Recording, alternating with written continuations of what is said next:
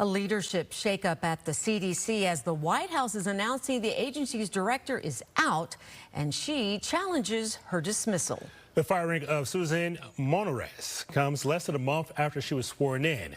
Sonia Powers has more from New York. A major CDC shakeup is underway. Lawyers for Susan Monarez, the director of the Centers for Disease Control and Prevention, are pushing back on her ousting after the Department of Health and Human Services posted a statement saying she is, quote, no longer in her position. Wednesday's announcement was followed up by a statement from a White House spokesperson saying she was indeed terminated, citing her lack of alignment with the president's agenda of making America healthy again. Attorneys for Monarez say she is being targeted, and as a person of integrity and devoted to science, she will not resign. Dr. Monarez was recently sworn in as director of the CDC after being confirmed by the Senate just 4 weeks ago. During her confirmation hearing, she was clear about her support for vaccines.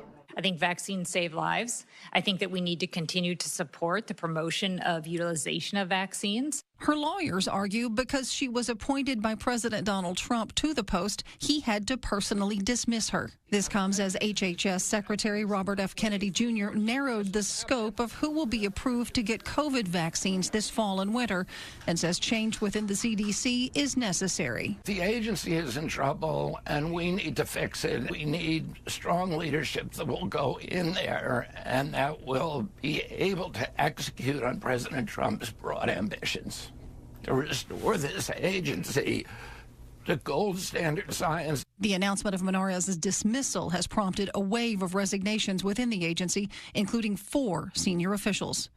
In New York, Tanya J. Powers, Fox 32, Chicago. The FDA approves updated COVID-19 shots, but there are some changes that you need to know about. The new shots from Pfizer, Moderna, and Novavax are approved for seniors, but regulators narrowed their use for younger adults and children to those with at least one high-risk health condition. Officials at the American Academy of Pediatrics, they're calling the agency's decision, quote, deeply troubling. It puts additional hurdles in place for otherwise healthy individuals to get the vaccine. This makes things much more complicated, and when things get complicated, we see vaccine uptake go down. The CDC Vaccine Advisory Panel must now meet to make its recommendations on who should be able to get the shots.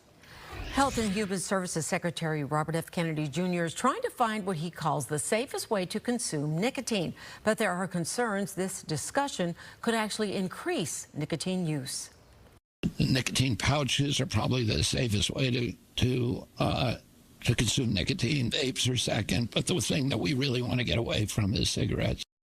The American Lung Association strongly disagrees with Secretary Kennedy, telling Fox nicotine pouches are so new that the short and long-term health impacts just aren't known yet. More research is urgently needed. The Lung Association says the safest form of nicotine would be FDA-approved therapies such as nicotine gum or skin patches that have already proven to help people stop smoking.